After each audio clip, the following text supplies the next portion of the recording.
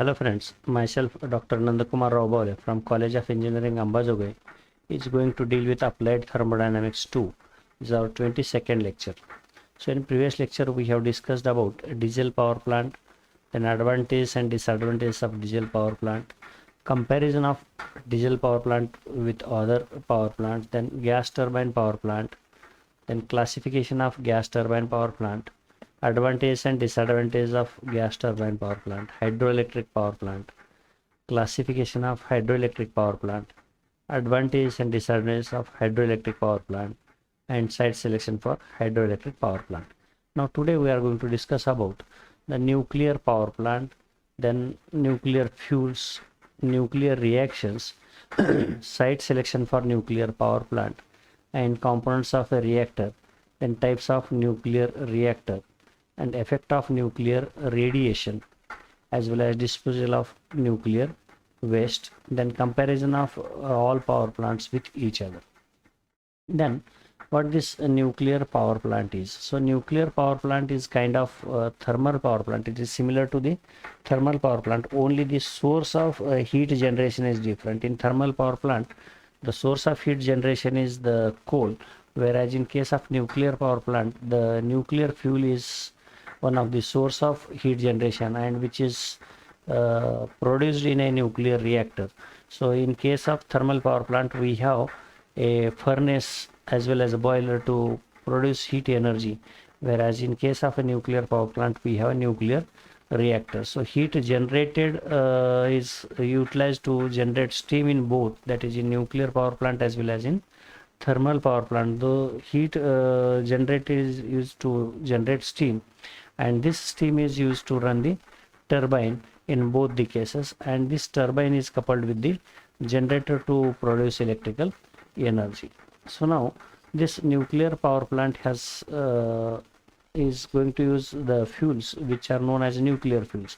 Nuclear fuel is nothing but the material used for nuclear power stations to produce heat to power turbines. So these nuclear fuels are used to generate heat by the nuclear fuel under nuclear fission reaction. So the nuclear fission reactions are carried out in a nuclear reactor to produce heat energy. Then most nuclear fuels contain heavy fissile actinide elements that are capable of undergoing and sustaining nuclear fission. So most of the nuclear fuels are fissile fuels, and by the fission reaction the heat is produced. So most of the nuclear fuels or most of the nuclear power plant use uranium and plutonium as the nuclear fuel. Then what is the nuclear reaction? So there are two kinds of nuclear reactions known as nuclear fission reactions and nuclear fusion reaction. So first one is the nuclear fission reaction, which involves in which the neutrons are absorbed. So neutrons are relatively lightweight particles absorbed by heavy nucleus, and which are splitted into two or more number of lighter nuclei, and as a side effect it generates heat energy and neutrons for further chain. And whereas the second is nuclear fusion, in which the relatively light nuclei are going to combine with the collision and to combine and form a heavier nucleus by liberating heat energy. So here first is nuclear fission. So in case of nuclear fission, a neutron is bombarded over the nucleus, heavy nucleus, and this heavy nucleus is splitted into two light nucleus, and the neutrons are liberated. So these neutrons are also bombarded again on this nuclei. Again these are going to split, and as a side effect it is going to liberate heat energy. So this is known as a nuclear fission reaction, where one neutron is bombarded over the heavy nucleus and it is splitted into two nuclei along with the heat energy and neutron. These neutrons are again bombarded over this nuclei, and again these are going to split into light nuclei. So this chain reaction is going to continue by producing heat energy. So this is known as a nuclear fission. So in case of nuclear fusion, so two light nuclei are going to combine and to form a heavy nuclei, again liberating heat energy from this. So here again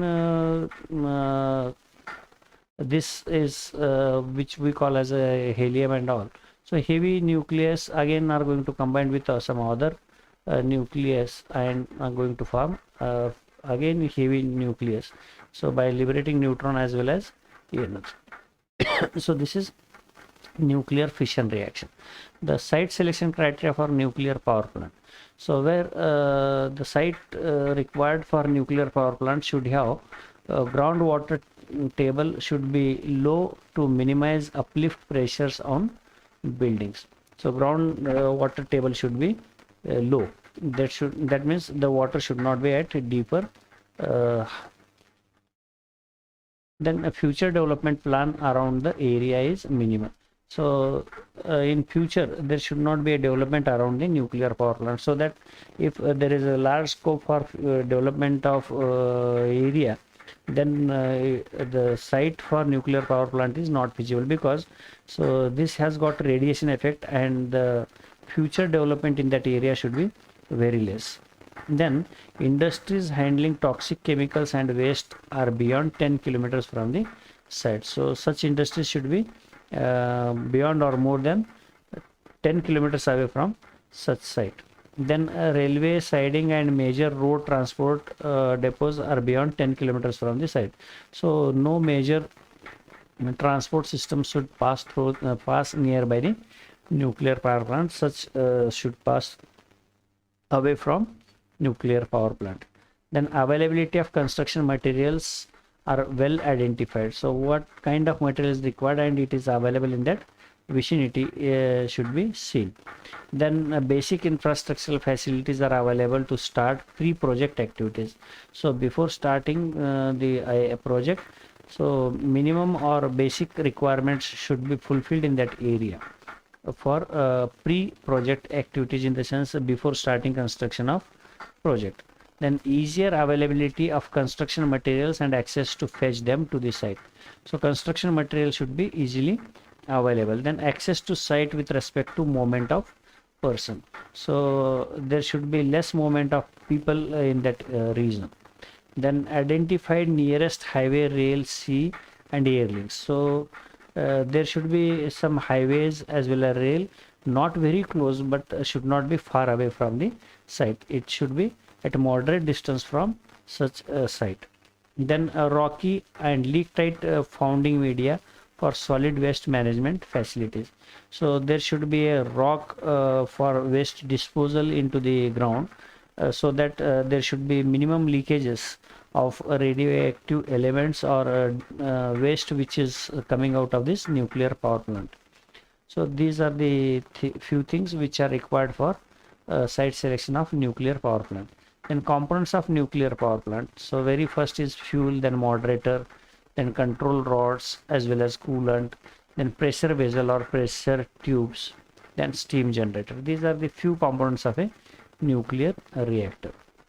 Then containment. Containment in the sense it is the closed compartment of this nuclear reactor.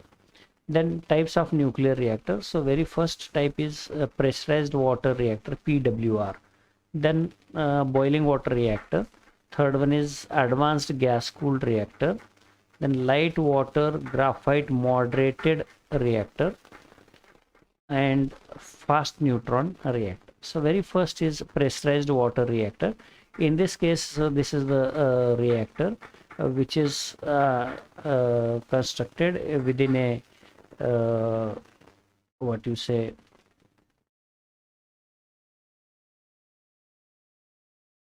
containment. So that is called as a containment. So this part is known as a containment or a concrete construction. Containment structure, we call this as a containment structure in which the nuclear reactor is installed. So this is a reactor pressure vessel.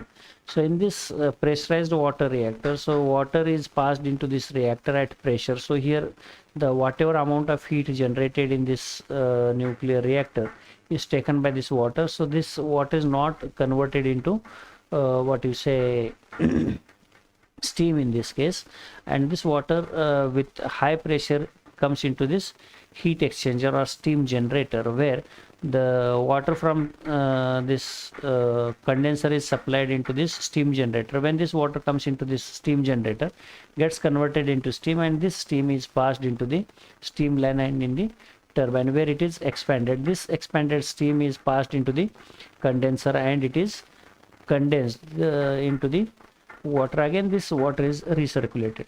So in order to condense this steam, cold water is supplied from a reservoir, and this cold water condenses the steam and becomes hot. This hot water is passed into the cooling tower, where it is cooled. Again this water which is collected into the sump is again recirculated into the condenser, just like a thermal power plant. Again this turbine is connected with the electrical generator, where it converts mechanical work into electrical energy. So here the main thing is the water which is supplied into the reactor is supplied at very high pressure. So pressure tank is also given here to sustain rise in the pressure. So here water does not get converted into steam in the nuclear reactor because of high pressure, and this high pressure water is going to exchange its heat into the steam generator with the outside water or secondary loop. We call this as a secondary loop, and this secondary loop where steam is generated, and this steam is passed into the turbine. So next one is a boiling water reactor. In this boiling water reactor water which is supplied into this reactor is not supplied at high pressure, therefore it gets converted into steam, and this steam is directly passed into the turbine. So here only a primary loop is there. So secondary loop in which was present here in this pressurized water reactor is absent in this case. So here this is a steam generator inside the reactor, but here there is no steam generator. Directly steam is generated in a reactor itself, and that steam is passed into the turbine, and then it is condensed. Again it is recirculated into the reactor. So in order to condense steam, so cold water is passed through this reservoir, and this cold water condenses the steam, and again this cold water becomes hot and is passed into the cooling tower in order to cool this water, in order to circulate this. And when this turbine is operated with the help of a steam, the heat energy is converted into mechanical work, and that is connected to the electrical generator. So this turbine which is connected to electrical generator converts this mechanical work into electrical energy. So this is what we call as a boiling water reactor, in short BWR. Then advanced gas cooled reactor. So in case of previous both reactors, we were using water as a medium for carrying out heat. So here in this case advanced gas cooled reactor, it is similar to pressurized water reactor. So gas is passed into the reactor to carry heat, and this hot gas is brought into this heat exchanger in order to generate steam, or we can call this as a steam generator. Again, as this hot gas is going to exchange its heat with the steam or water, then again it is cooled. This cooled gas is again passed into the reactor to take heat produced into the reactor. So here the gas is supplied into the reactor in order to carry out heat. Therefore this gas cools this reactor or temperature of reactor. Therefore it is called as a gas cooled reactor. So here steam generator is passed into the turbine, and then again it is condensed, and then it is passed into again this heat exchanger. So therefore it is known as a gas cooled reactor. Then third one is light water graphite reactor. So here graphite is used as a moderator. So now we can see here water is supplied into this what you say here these are the separating drums, and steam is separated, whereas this water is passed into this reactor. So again when it enters into the reactor, water enters into the reactor, gets converted into steam, and this steam comes into this separating drum. So steam is taken out, and water just whichever water is stored here, this water is again taken and is passed into this reactor. So this is how it is known as a light water graphite reactor. So graphite is used as a moderator in this reactor, therefore it is called as a graphite reactor. So again steam is passed into this turbine, again it is expanded this and then condensed, again it is passed into this system. So this is how this light water graphite reactor works. Then a fast neutron reactor. So what this fast neutron reactor is? So fast neutron reactor is category of nuclear reactor in which fission chain reaction is sustained by fast neutrons. So what are the fast neutrons? Carrying energies above 0.5 MeV or greater on average. So having higher energy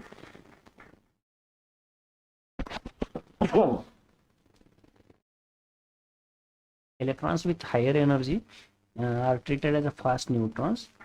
So in this case the moderator is not used as opposed to the thermal neutron. So in case of thermal neutron system, so moderator is used, but in this case moderator is not used. Only control rods are there, but moderator is not used in this case of fast neutron reactor. So in this fast neutron reactor, again this water is passed into this heat exchanger, and in this heat exchanger the water which is passed from this pump is used to generate steam. Again this is passed into the second heat exchanger. So this is made in order to reduce the transmission of radiations from a nuclear reactor to the turbine. So here it is made more safety.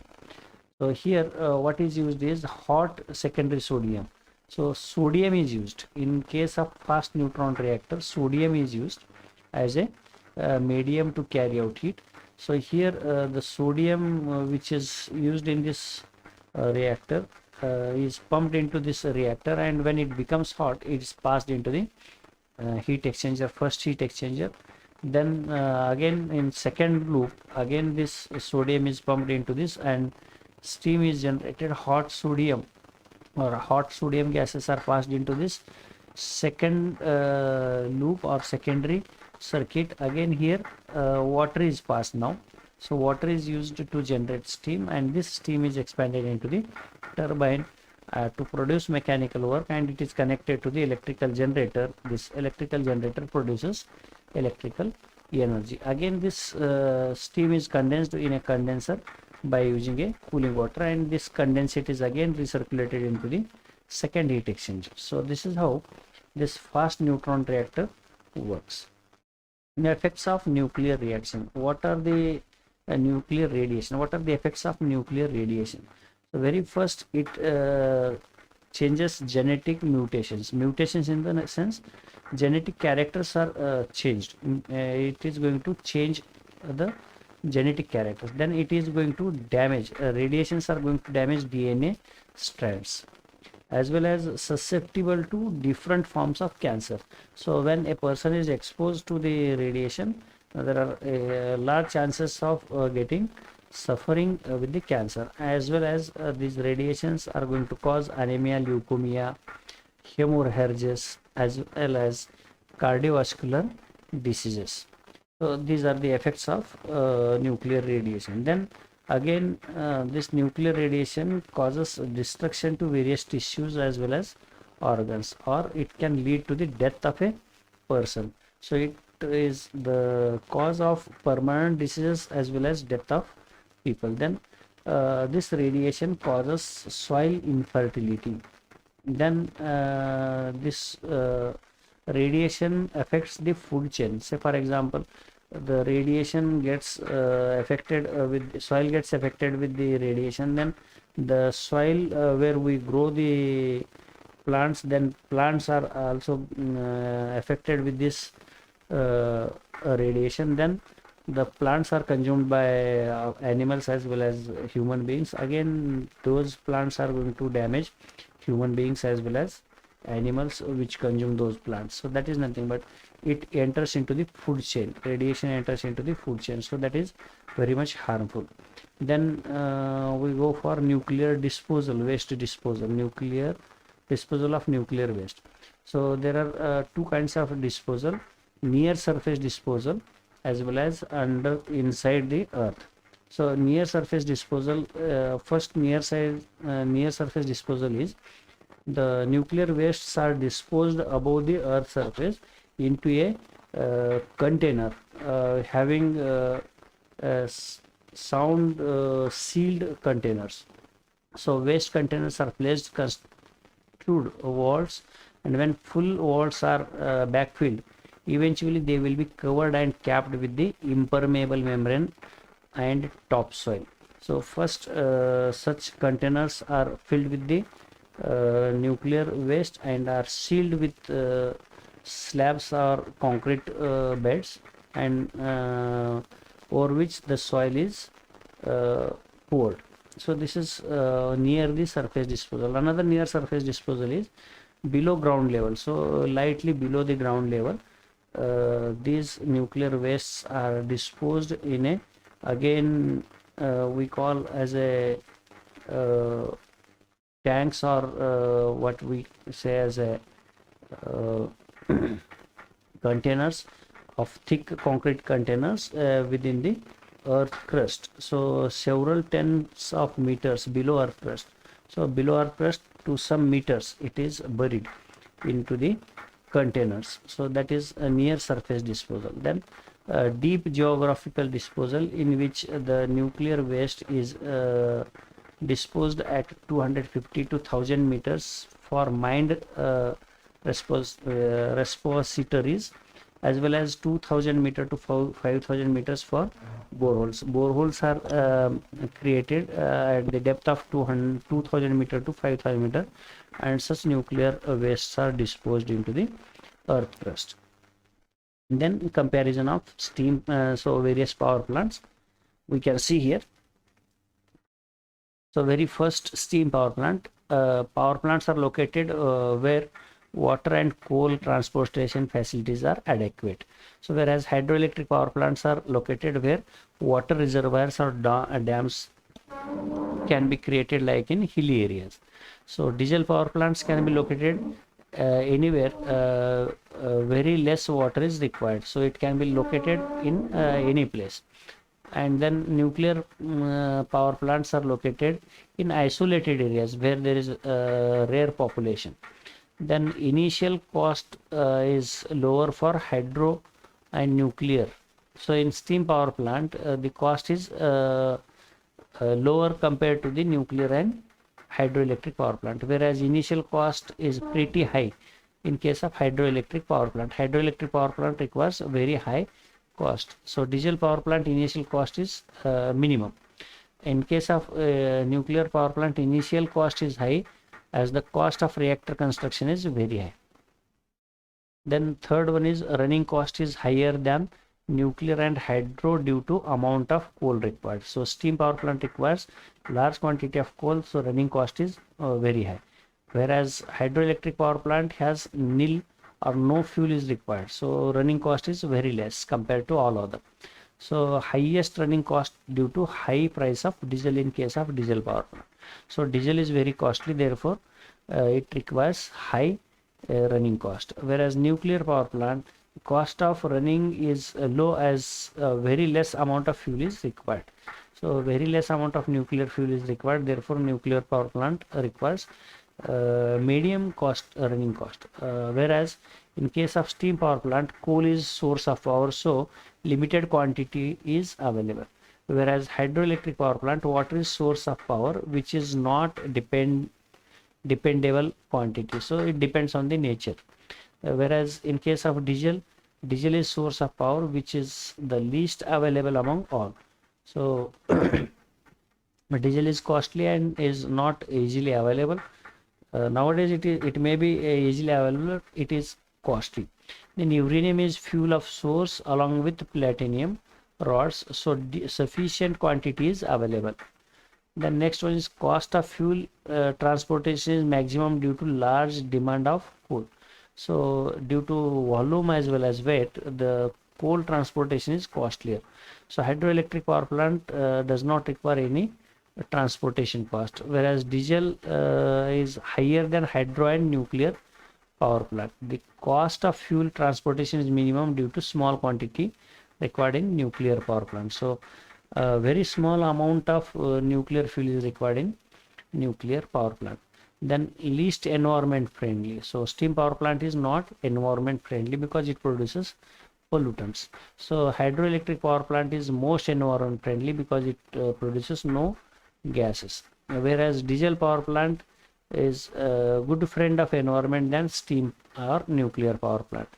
Then nuclear power plant is not a environment friendly because the nuclear waste is an issue for its disposal. Then 25% overall efficiency, whereas steam power plant has got 25% overall efficiency. Hydroelectric power plant has got 85 efficiency. Then diesel power plant has got 35% efficiency, and efficiency of nuclear power plant is more than steam power plant. It may be between 30 to 35. Then maintenance cost of steam power plant is very high. Hydroelectric power plant maintenance cost is quite low. Then maintenance cost of diesel power plant cost is less. Then maintenance cost is highest, and highly skilled workers are required in case of a nuclear power plant. Then maximum standby losses, as boiler still keeps running even though turbine is not running. So standby losses are there in steam power plant. In case of hydroelectric power plant, no standby losses, because when turbine is not working, the supply of water is also stopped.